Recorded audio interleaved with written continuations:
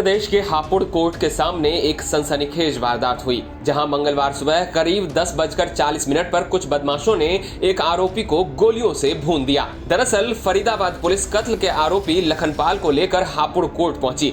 Faridabad police ने अपनी गाड़ी कोर्ट के बाहर दूसरी तरफ रोककर आरोपी लखनपाल को लेकर पेशी के लिए कोर्ट की तरफ जाने लगे।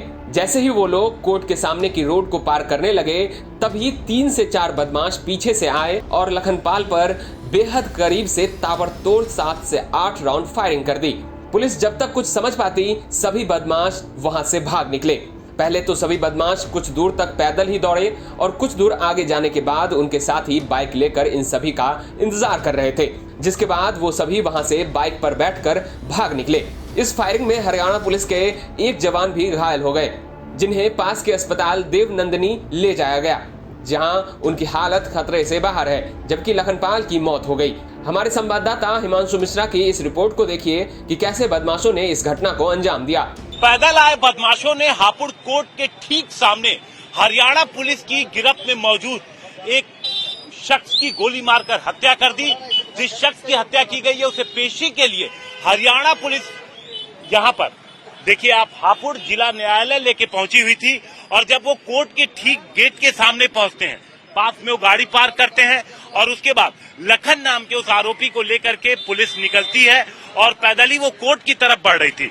तभी ठीक इस जगह पर जहां पर मैं मौजूद हूं, यहाँ पर जब पुलिस उसको लेकर पहुंचती है तो दूसरी तरफ से 3-4 बदमाश यहाँ पर आते हैं। उनके हाथों में हथियार थे। उन्होंने बेहद टारगेट करके लखन के ऊपर गोली चलाई।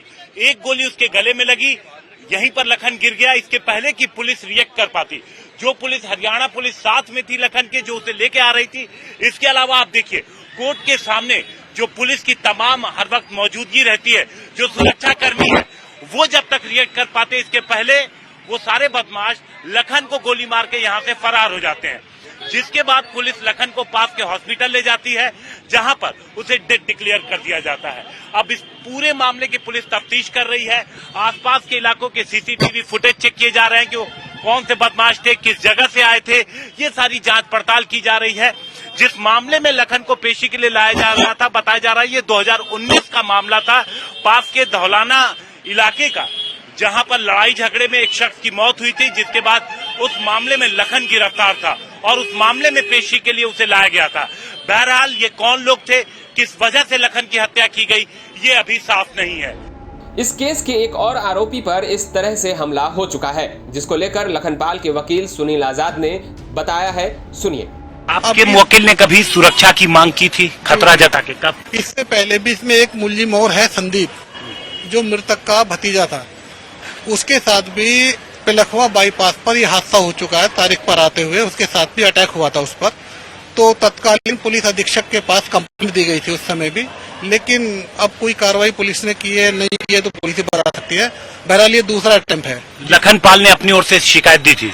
संदीप, इसमें एक और मुलजिम है, संदीप, जो मृतक का भतीजा है। लखनपाल ने अपनी जान का खतरा बताकर कभी कोई शिकायत दी? अब मेरे यहाँ से तो दी नहीं है, मेरे द्वारा तो नहीं गई है। अब कहीं और उन्होंने कराया हो तो इसके बारे में तो वही बेहतर बता सकते हैं, या उनके परिवार वाले बेहतर बता सकते हैं। घटना को अंजाम देने के लगभग 5 घंटे बाद हत्यारे सुनील ने दोपहर 3 बजे गौतम बुद्ध नगर के सूरजपुर कोर्ट में अपना सरेंडर कर दिया। हालांकि इसके अन्य साथी अभी तक फरार हैं, जिनकी पुलिस तलाश कर रही है। बता दें कि 2009 में जनपद हापुड़ के थाना धौलाना क्षेत्र के एक गाँव में एक बारात हरियाणा के फरीदाबाद से आई थी, जहाँ पर एक युवक सुधीर की हत्या हुई थी। उसी घटना में लखनपाल आरोपी था और हापुड़ जिला न्यायालय में सोमवार को पेशी के लिए आया था, लेकिन पेशी होने से पहले ही बदमाशों ने इस घटना को अंजाम दे दिया।